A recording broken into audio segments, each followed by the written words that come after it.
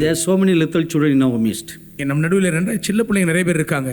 If this was happened to one of your son or daughter, உங்க மகன் உங்கள் மகள் யாருக்காவது இப்படி நடக்குமானால் how will you feel? நீங்க எப்படி உணர்வீங்க? In peace times you can tell me, சமாதான காலத்தில் இப்போ நீங்க என்கிட்ட சொல்லலாம், oh, I have dedicated my child to be a martyr. என் குழந்தையை இரத்த சாட்சியாகும்படி அர்ப்பணித்து விட்டேன். You can say that in peaceful times. சமாதானமான இந்த காலகட்டத்தில் அப்படி நீங்க சொல்லிரலாம். But how will you react when the reality happens? ஆனால் நிஜமாகவே காரியங்கள் இப்படி அத்துமீறி உபத்திரவங்கள் வரும்போது எப்படி இருக்கும்? Right before your eyes your daughter is strangled. உங்க கண்களுக்கு முன்பாகவே உங்கள் மகளுடைய கழுத்தை பிடித்து நெருக்கிறார்கள். And your little daughter is shaking her hands left and right and struggling for breath. மூச்சு விட முடியாமல் திணறி உங்களுடைய பச்சை குழந்தை கையை காலை உதைத்துக் கொள்கிறாள். Can you clap your hands, say hallelujah, praise the Lord daughter, don't worry? கவலைப்படாத மகளே என்று கையை தட்டி ஹல்லேலூயா ஸ்தோத்திரம்னு ஆரவாரித்து உற்சாகப்படுத்துவீங்களா? Can you say that? அப்படி சொல்ல முடியுமா?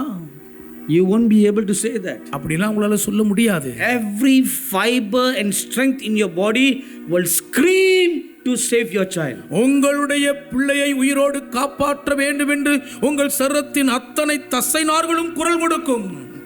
And when your eye sees your little baby turning blue all over, உங்கள் பச்சை குழந்தையின் உடல் முழுவதும் நீல நிறமாய் மாறுவதை உங்கள் கண்கள் பார்க்கும்போது what will you do? என்ன செய்வீங்க? What will you do? நீங்க என்ன செய்வீங்க? I want you to know one thing. ஒரு காரியத்தை அறிந்து கொள்ள வேண்டும். I am not creating an imaginative situation right now. இப்பொழுதே இப்படியெல்லாம் நடக்கும் என்ற ஒரு சூழ்நிலை கற்பனையிலே நான் இப்பொழுது உருவாக்கவில்லை. I am telling you a reality that is going to happen.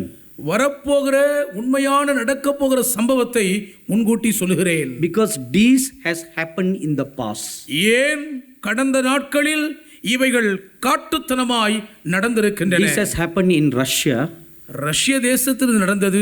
This has happened in China. சீனாவிலும் இது நடந்திருக்கிறது. And history will repeat itself again. சரித்திரம் எப்பொழுதும் திரும்பவும் ஒரு முறை அப்படியே நடக்கும். I want you to imagine for a moment. ஒரு கணம் இப்படி நீங்கள் கற்பனை செய்து பாருங்கள். If Exodus chapter 1, யாத்திராகமம் 1ஆம் அதிகாரத்திலே you will read that Pharaoh passed a law. பார்வோன் ஒரு சட்டம் போட்டதை படிக்கிறோம். Every newborn male, புதிதாய் பிறக்கிற ஆண் பிள்ளை எல்லாம், as soon as it comes out of the mother's womb, தாயின் கருவறையை விட்டு இந்த பூமிக்குள் தலைகாட்டிய உடனே the neck must be broken, அதன் கழுத்தை முறிக்க வேண்டும், and thrown into the Nile river. Nile நதியில் வீசி எறிந்து விட வேண்டும். Now you imagine now all the mothers who are sitting here. இங்க உட்கார்ந்து இருக்கிற தாய்மார்கள்லாம் இதை கற்பனை செஞ்சு பாருங்க. You have given birth to a babies. நீங்களும் குழந்தையை பெற்றெடுத்தவங்க தானே. You imagine now. இப்ப கற்பனை செஞ்சு பாருங்க. You are sitting in the hospital bed. மருத்துவமனையில் படுக்கையில் இருக்கிறீர்கள். You went into labor. நீங்கள் பிரசவ அறைக்குள் போய் இருக்கிறீர்கள். You feel your baby is coming out of you. உங்களுடைய குழந்தை வெளியே பிரசவித்துக் கொண்டிருக்கிறது. And little by little the baby comes out of you. கொஞ்சம் கொஞ்சமாய் குழந்தை உங்களிடமிருந்து வெளி வருகிறது. The doctor is holding the head and removing the baby out slowly. அந்த மகப்பேறு மருத்துவர் வெளிவருகிற தலையை பிடித்து கொஞ்சம் கொஞ்சமாய் வெளியே எடுக்கிறார். As soon as the last part of the leg comes out, காலின் கடைசி பகுதி தாயின் வயிற்றிலிருந்து வெளியே வந்த உடனே the doctor lifts up the baby and shows you. அந்த மகப்பேறு மருத்துவர் குழந்தையை தூக்கி உங்ககிட்ட காண்பித்து, and just as you are about to smile at your baby, குழந்தையை பார்த்து நீங்கள் புன்னகைக்க இருக்கும் தருவாயில் the doctor breaks the baby's backbone. அந்த மருத்துவர் அப்படியே அந்த குழந்தையின் முதுகெலும்பை முறித்து போட்டால் how will you feel? எப்படி இருக்கும் உங்களுக்கு? This is what happened that day. அன்ற நாளில் இதுதான் நடந்தது. This is scenario number 1. இதுதான் முதல் காட்சி. Now let's look at another scenario. மற்றும் ஒரு காட்சியை பார்ப்போமா? Matthew chapter 2. மத்தேயு 2ஆம் அதிகாரம். Babies were born. குழந்தைகள் பிறந்தன. They grew up to be 2 years old, 3 years old. 2 வயது 3 வயது பிள்ளைகளாய் வளர்ந்து ஆளாயின. Full of joy. சந்தோஷம் நிறைந்திருக்கிறது. Full of happiness. ஒரே மகிழ்ச்சி துள்ளல் தான். I'm sure all those of you are mothers who and fathers you can testify. அப்பாமாருங்க அம்மாமாருங்க எல்லாரும் இதுக்கு உண்மைன்னு சாட்சி கொடுப்பீங்க. Seeing the angelic look of your babies or your little toddlers brings great joy to you. பச்சிலம் குழந்தைகளாய் தளர் நடையாளர்களாய் பாலர்களாய் பிறந்த தேவ தூதர்களை போன்ற உங்கள் குழந்தைகள் உங்களுக்கு எவ்வளவு மகிழ்ச்சி கொடுத்திருக்கிறார்கள். There is one child here, Sharon. இங்கே ஒரு பிள்ளை ஷாரன் இருக்கா. I saw her been born and growing up. பிறந்து வளருவதை கண்முன்னே கண்டேன். When I was up in Kalimpong, நான் கலிம்பாங்கில் இருந்தபோது she was about 1 year old. அவளுக்கு 1 வயது. And whenever I'm passing by her village, அவள் இருந்த கிராமத்தை எப்பொழுது நான் கடந்து சென்றாலும் I will visit their home. நான் அவங்க வீட்டுக்கு போவேன். And this little girl will come running to me குட்டி பெண் ஓடி வருவா என்னை பார்த்து. with little short, sassy hair சின்ன முடி குடிமி போட்டிருப்பா, and very short dress, நல்ல குட்டையா ஒரு frock போட்டிருப்பா, and shaking her hand like a duck, ஒரு வாத்தை போல கையை அசைச்சுக்கிட்டே and come running. ஓடி வருவா. This is how you saw your little babies growing. அப்படித்தானே உங்க சின்ன குழந்தைங்க வளர்ந்து ஆளாவதை பார்த்து மகிழ்ந்தீங்க. And so beautiful to look at. பார்ப்பதற்கே கண்கொள்ளா அழகு காட்சி அது. 2 years old, 3 years old. 2 வயது 3 வயது. One day, just as you are about to feed your little daughters, ஒரு நாள் உங்கள் சிறு மகள்மார்களுக்கு நீங்கள் பாலூட்டு உணவு கொடுக்க இருந்த நேரத்திலே, at that time, அந்நேரத்தில் come soldiers to snatch your babies. படை வீரர்கள் உங்கள் குழந்தைகளை பறித்துக் கொள்ளும்படி வந்தார்கள். Not only snatch your babies, குழந்தைகளை பறித்துக் கொண்டது மட்டும் இல்ல, stretch out their swords and cut them into right before your eyes. கண்களுக்கு முன்பாகவே தங்கள் கூரிய பட்டயத்தை உருவி 2 துண்டாய் உங்கள் குழந்தையை வெட்டினார்கள். How will you feel? அப்படின்னா எப்படி இருக்கும்? Now, all these are not imagination. இதெல்லாம் கற்பனையில் உதித்த எண்ணங்கள், நினைவுகள் அல்ல. These 2 incidents happened in history. சரித்திரத்திலே இந்த 2 நிகழ்வுகளும் நடந்திருக்கின்றன. From 0 age right up to 3 years old.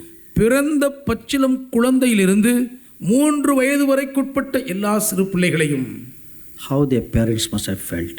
படுகொலை செய்யப்பட்டதை கண்ட பெற்றோர் எப்படி உணர்ந்திருப்பார்கள்? How their mothers must have felt. பெற்றெடுத்த தாய் எப்படி உணர்ந்திருப்பார்கள்? As soon as the baby is born, குழந்தை பிறந்த உடனே date of birth, date of death at the same time. பிறந்த நாளும் இறந்த நாளும் ஒரே நேரம். Time of birth, time of death, same time. பிறந்த நேரமும் இறந்த நேரமும் ஒரே நேரம்.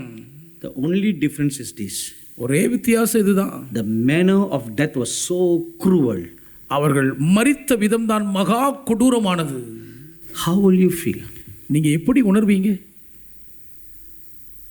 This happened in reality. நிஜமாகவே இது நடந்திருக்கிறது. And it is going to happen again one more time. மீண்டும் ஒரு முறை கூட அப்படி சம்பவிக்க போகிறது. Because the Bible says, ஏனென்றால் வேதம் சொல்லுகிறது, all those who don't receive the mark of the beast, மிருகத்தின் முத்திரையை ஏற்றுக்கொள்ள மறுக்கிற யாவரும், they will all be killed. அவர்கள் எல்லாரும் கொலை செய்யப்படுவார்கள். So that includes you. அதற்குள் நீங்களும் உள்ளடக்கம் தானே. The many young people over here. இங்க இருக்கிற அநேக வாலிபர்கள், Let's say in a few years you get married. இன்னும் ஒரு சில ஆண்டுகளுக்குள் உங்களுக்கு விவாகமாகிறது என்று வைத்துக் கொள்வோம். And then you have a baby. அப்புறம் உங்களுக்கு குழந்தை பிறக்கும். By the time you get married and you have a baby, உங்களுக்கு கல்யாணம் ஆகி ஒரு குழந்தை பிறக்கிற காலத்துக்குள்ள, it's a very good timing. ஒரு நல்ல நேரம் அது. Just at that time as your babies are born, உங்க குழந்தைங்க பிறக்கிற அந்த நேரத்துல தான் the mark of the beast will be introduced. மிருகத்தின் முத்திரை உலகளாவில் அறிமுகப்படுத்தப்படும். Amen. Amen. Why no amen? ஏன் ஆமென் இல்ல? Now you are shocked. இப்போ அதிர்ச்சி அடைந்து விட்டீர்களா? Now you are scared. இப்போ பயந்துட்டீங்களா? I'm not frightening you. நான் உங்களை பயமுறுத்தல. I am showing you reality that is going to come to pass. உண்மையாகவே வரப்போகிற நிஜ யதார்த்த உண்மையை உங்களுக்கு முன்பு படம் பிடித்து காட்டுகிறேன். I'll show you a scriptural proof for that. இதற்கு திடகாத்திரமான வேத வசன ஆதாரத்தை காண்பிக்கிறேன். In Matthew chapter 24, மத்தேயு 24ஆம் அதிகாரம், the Lord Jesus said, கர்த்தராகிய இயேசு சொன்னார், woe unto those who nurse babies during that time.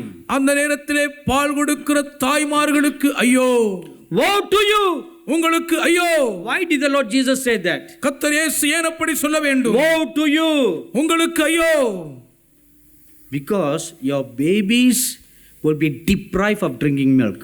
ஏன் உங்கள் குழந்தைகள் பால் குடிக்காதபடிக்கு தடுக்கப்படுவார்கள். There's no strength in your body to produce milk.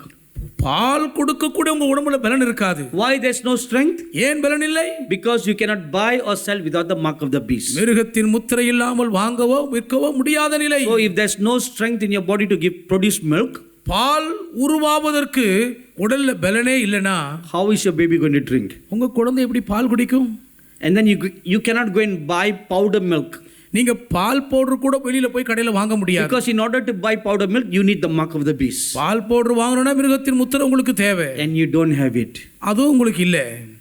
Can you bear hearing the cries of your baby until it dies? சாகும் வரை பசியினால் உங்கள் குழந்தையின் மரண ஓலத்தின் அழுகுரலை சகிக்க முடியுமா? Can you? முடியுமா உங்களால? That is why the Lord Jesus said, அதனால் தான் ஆண்டவர் இயேசு சொன்னார், woe to those who nurse babies in those days. அந்நாட்களில் கர்ப்பவதிகளுக்கும் பால் கொடுக்கிறவர்களுக்கும் ஐயோ. My dearly beloved brothers and sisters, sons and daughters, எனக்கு மிகவும் பிரியமான அன்புக்குரிய மகன்மார்களே, மகள்மார்களே, சகோதர சகோதரிகளே, now this is one side of the story. இது காரியத்தின் ஒரு பக்கம். But another side of the story, ஆனால் இந்த சம்பவத்தின் மறுபக்கம் என்னவென்றால், those who remain steadfast unto the Lord, கர்த்தருக்காக கடைசி வரை மன உறுதியாய் தாக்குப்பிடித்து நிற்போம். like Shadrach, Meshach and Abednego. Shadrach, Meshach, ஆபேத் நேகோவை போன்றவர்கள், Remember what they said. அவர்கள் சொன்ன கூற்றை மறவாமல் நினைவில் கொள்ள Our வேண்டும். God is able to save us. எங்கள் தேவன் எங்களை விடுவிக்க வல்லவராய் இருக்கிறார். Even if He does not, அப்படியே அவர் எங்களை விடுவியாமற் போனாலும் we will not deny our faith. நாங்க எங்க விசுவாசத்தை மறுதலிக்கவே மாட்டோம். Amen. Amen. Those three youths are your role models. அந்த மூன்று வாலிபர்கள் தான் நீங்கள் பின்பற்றுவதற்கு தகுந்த மாதிரிகள். You should continuously read their lifestyle. தொடர்ந்து அவர்களுடைய வாழ்க்கையின் முறையை, வாழ்ந்த விதத்தை படிக்க வேண்டும். Remember what they said. அவங்க சொன்னதை நினைவில் வைத்துக் கொள்ள வேண்டும். God is able to save us. எங்கள் தேவன் எங்களை தப்புவிக்க வல்லவராய் இருக்கிறார். We believe that. நாங்கள் அதை விசுவாசிக்கிறோம். We know that. நாங்கள் அதை அறிந்திருக்கிறோம். He is powerful. அவர் வல்லவர். But ஆனால் even if He does not, அப்படி அவர்களை விடுவிக்காமல் போனாலும் He can take care of us. எங்களை அவர் நல்லா பார்த்துக்க முடியும். He can protect us. அவரால் எங்களை பாதுகாக்க முடியும். He can prevent us from dying. நாங்கள் சாகாதபடி எங்களை அவர் காப்பாற்றி தடுக்க முடியும். He can prevent us from going to the gallows. நாங்கள் அந்த தூக்கு மரத்துக்குள் போகாதபடி எங்களை அவரால் பாதுகாக்க He முடியும். can prevent us from being thrown into the boiling pot of boiling oil. எரிகிற எண்ணெய் பானைக்குள் நாங்கள் தூக்கி வீசப்படாதபடி எங்களை அவர் தடுக்க முடியும். He can save us from being beheaded. நாங்கள் சிரச்சேதம் பண்ணப்படாதபடிக்கு எங்களை அவரால் காப்பாற்ற முடியும். We know He can. எங்கள் தேவனால் முடியும் என்று நாங்கள் அறிவோம். But even if He does not, அப்படியே அவர் செய்யாமல் போனாலும் we will not bow down. நாங்கள் தனை பணிய மாட்டோம், குனிய மாட்டோம். We will not bow down. நாங்கள் பணிய மாட்டோம். We will not recant our faith. எங்கள் விசுவாசத்தை மறுதலித்து அடிபணிய மறுக்கிறோம். We will not deny our faith. எங்கள் விசுவாசத்தை மறுதலிக்கவே மாட்டோம். We will not deny the Lord Jesus Christ as our Lord and Savior. எங்கள் கர்த்தரும் இரட்சகருமாய் இருக்கிற இயேசு கிறிஸ்துவை நாங்கள் மறுதலிக்க மாட்டோம். This is what you must teach your children.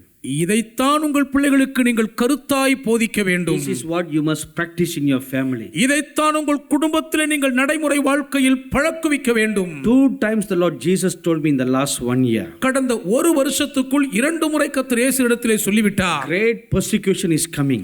மிகப்பெரிய உபத்திரவம் வருகிறது. Prepare the people to face persecution. கொடிய உபத்திரவத்தை எதிர்கொள்வதற்கு மக்களை ஆயத்தப்படுத்து. Today's Christians are not ready to face persecution.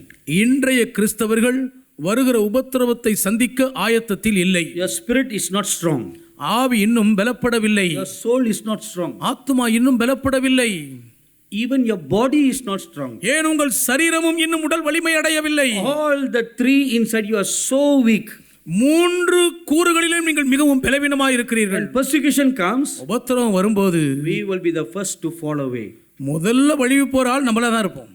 We must strengthen our faith. நம் விசுவாசத்தை நாம் வலுப்படுத்தி பலப்படுத்த வேண்டும். The Bible says in Revelation chapter 3, வெளிப்படுத்தல் 3 பரிசுத்த வேதம் சொல்கிறது, strengthen the things that remain. நீ பலவீனமாய் இருக்கிற காரியத்தை பலப்படுத்து. Strengthen the things that remain. நீ பலவீனமாய் இருக்கிறவரை பலப்படுத்து. You must strengthen your faith. உங்கள் விசுவாசத்தை நீங்கள் பலப்படுத்த வேண்டும். Strengthen your soul. உங்கள் ஆத்துமாவை பலப்படுத்த வேண்டும். be prepared for what is going to come. வரப்போகிறதை சந்திக்க ஆயத்தமாய் இருக்க வேண்டும். Strengthen your faith. உங்க விசுவாசத்தை பலப்படுத்தணும்.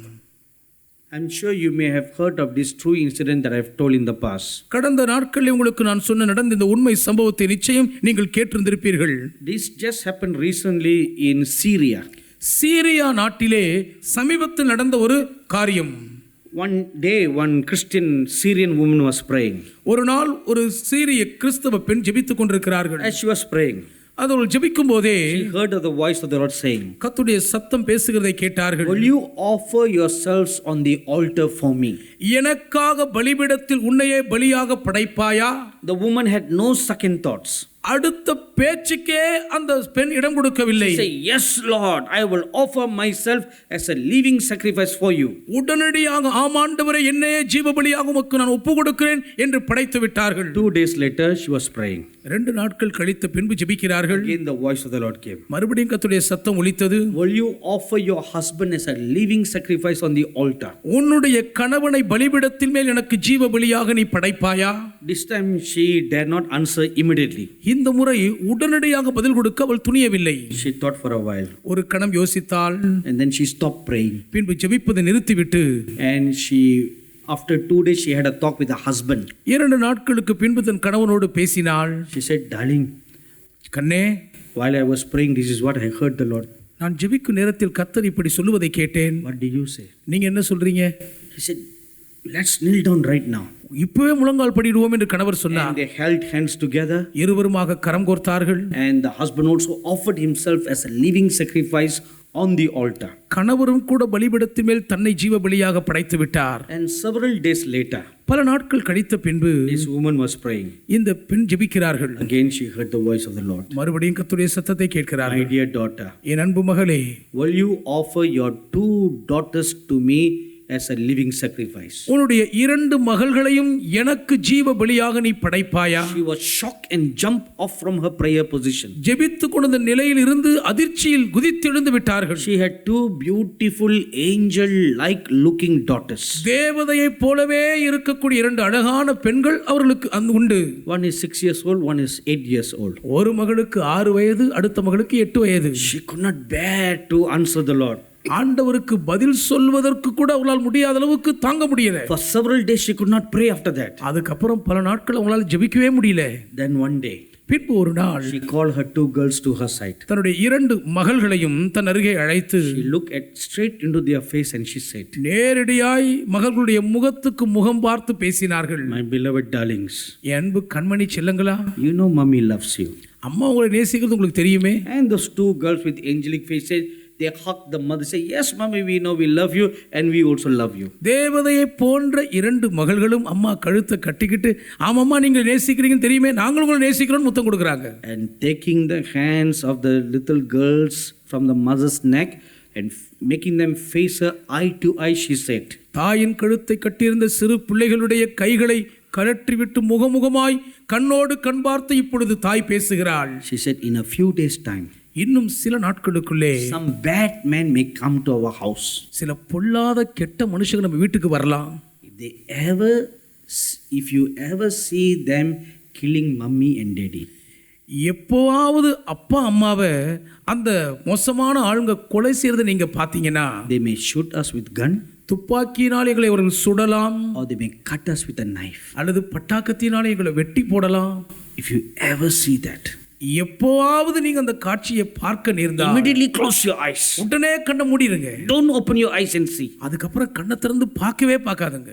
But if you feel something very sharp in your neck, உங்க கழுத்தில் ஏதாயிலும் கூர்மையான ஒன்று அழுத்தப்படுகிறதை உணர்ந்தால், and open your eyes and look at that persecutor உங்க கண்ணை திறந்து உங்களை துன்பப்படுத்துகிறவன் கண்ணை பார்த்து and say, "Jesus loves you." இயேசு உன்னை நேசிக்கிறார் என்று சொல்ல வேண்டும். This was what the mother taught her little girls.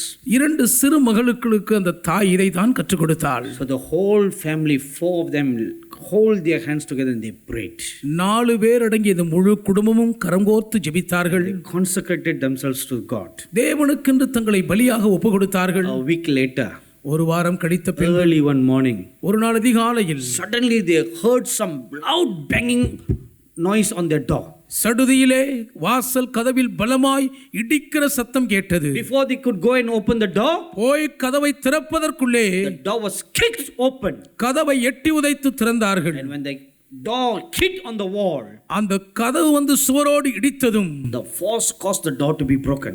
அந்த எவ்வளவு வேகம் என்றால் கதவே உடைந்து விட்டது. And 3 hooded men entered into the house. 3 பேர் முகமூடி இணைந்தவர்களாய் உள்ளே நுழைந்தார்கள். First they went to the man. முதலாவது வீட்டு தலைவரிடத்தில் தான் போனார்கள். And they said, "Do you believe that the Muslim God is a true God?" இஸ்லாமிய தெய்வம் தான் உண்மையான தெய்வம், நீ நம்புறியா? He just kept quiet. அவர் மௌனம் காத்தார். And his eyes spoke the answer. அவருடைய கண்களே பதில் கொடுத்தன. The next moment those girls who were in the room heard the sound. அடுத்தது அறையில் இருந்த பெண்களுக்கு ஒரு பெரிய இடி சத்தம் தான் கேட்டது. And they saw a pool of blood flowing towards them. இரத்த வெள்ளம் ஆராய் தங்களை நோக்கி பாய்கிறதை கண்டார்கள். The father dropped dead. அப்பா செத்து விழுந்தார். Next they went to their mother. அடுத்தது அம்மாவிடம் போனார்கள். And they heard again the sound. மறுபடியும் அந்த துப்பாக்கி சத்தம். Same question. அதே கேள்வி. And then they heard the sound. உடனே ஒரு பெரும் சத்தம். Not from the gun but the body falling down on the floor. துப்பாக்கி குண்டல்ல செத்து அம்மாவின் சடலம் தரையில் விழுகிற சத்தம். Another pool of blood. மறுபடியும் இரத்த ஆறு பாய்கிறது. And now they could see shadows coming into their room. இப்பொழுது தங்கள் அறையை நோக்கி நிழல்கள் நகருவதை கண்டார்கள். The older girl was holding a little sister's hand. பெரிய பெண் தங்கச்சி கையை இறுக்கமாய் பிடித்துக் கொண்டார். Both of them were shivering. 2 பேரும் நடுங்கிக் கொண்டிருந்தார்கள். They hold her hand very tightly. இறுக்கமாய் கரத்தை பிடித்துக் கொண்டார்கள். As the shadow came nearer, அந்த நிழல் அவர்களை நெருங்கி வந்ததும் the older girl remembered what the mother said. பெரிய மகளுக்கு அம்மா சொன்னது நினைவுக்கு வந்துருச்சு. So she told her sister, தங்கச்சி கிட்ட சொல்றா, "Close your eyes now. கண்ணை மூடிக்க, இப்ப கண்ணை மூடிக்க. Open. கண்ணை திறந்துராத. Big sister is holding your, Akka is holding your hand." அக்காவும் கையை பிடிச்சிருக்கல. So the little girl closed her eyes real tight. தங்கச்சி இறுக்கமா கண்ணை மூடிக்கிட்டா. And those killers came into the room. கொலைபாதகர்கள் உள்ள அறைக்குள் வந்தார்கள். And the older girl felt something very sharp on her neck. கூர்மையான ஏதோ ஒன்று தன் கழுத்தில் வைக்கப்படுவதை அக்கா பார்க்கிறாள், உணர்ந்தாள். And the killer asked the same question. கொலைகாரன் அதே கேள்வியை கேட்டான். And at that moment, சரியாக அந்த நேரத்திலே this girl remembered what the mother said. அம்மா சொன்னது இந்த மகளுக்கு ஞாபகம் வந்துருச்சு. She opened her eyes. அவள் தன் கண்களை திறந்து She looked at the killer. அந்த கொலைகாரனுடைய கண்ணை பார்த்து And she said, சொன்னாள், "I forgive you. நான் உன்னை மன்னிக்கிறேன். And Jesus loves you." இயேசு உன்னை நேசிக்கிறார். Sharp knife and கூரிய கத்தி சதக் பதம் பார்த்து விட்டது. one pull of the knife, கத்தியின் ஒரே ஒரு பீச்சிய இழுவைதான் 2 girls dropped dead. 2 பெண்களும் செத்து விழுந்தார்கள். One whole family of 4 died. முழு குடும்பத்தை சார்ந்த 4 பேர் மரித்தார்கள். One entire family remained faithful till the end for the Lord. முழு குடும்பமே முடிவு பரியந்தம் கர்த்தருக்கு உண்மையாய் நிலைத்திருந்தார்கள். This happened very recently, maybe in the last 2 years. கடந்த 2 ஆண்டுகளுக்குள் தான் இடைப்பட்ட சமீப காலத்தில் நடந்த உண்மை சம்பவம் இது. This happened when the IS rose up in Syria and Iraq. சீரியாவிலும் ஈராக்கிலும் ஐசிஸ் தலையெடுத்து ஆர்ப்பாட்டம் என்ற இந்த நாட்களில் நடந்தது. And I'm sure you may have heard news that ISIS terrorists have now also infiltrated into India. ISIS தீவிரவாதிகள் இந்தியாவிற்குள்ளும் ஊடுருவி விட்டார் என்ற செய்தியை நிச்சயம் கேட்டிருப்பீங்க. They even came in Bangladesh. வங்காள நாட்டுக்கும் வந்தார்கள். They also came to Malaysia. மலேசியாவுக்குள்ளும் நுழைந்தார்கள். In Indonesia. இந்தோனேஷியாவுக்குள்ளும் நுழைந்து விட்டார்கள். In Pakistan. பாகிஸ்தானுக்குள்ளும் கால் பதித்து விட்டார்கள். Infiltrating as ordinary people. சாதாரண குடிமக்களை போல ஊடுருவுறாங்க. Even all over Europe. ஐரோப்பா முழுவதும் பரவி விட்டார்கள். Even in the US. அமெரிக்காவிலும் கூட தான். They've infiltrated as ordinary looking Muslim people. பார்ப்பதற்கு சாதாரண இஸ்லாமிய மக்களை போல ஊடுருவி கொண்டிருக்கிறார்கள். You cannot tell the difference. வித்தியாசத்தையே சொல்ல முடியாது பாருங்க. But when they get the call from their master, ஆனால் அவர்களை இயக்குவிக்கும் மேலிடத்தின் அதிகாரியின் அழைப்பு உத்தரவு வந்ததும் then they will carry out their murderous attitudes and activities. படுபாதக கொலைகார வெறி செயல்களை அரங்கேற்றுவார்கள். So now it has come to our border. இப்போ நம்ம எல்லைக்குள்ளேயும் வந்துருச்சு. Where is your faith? உங்க விசுவாசம் எங்க?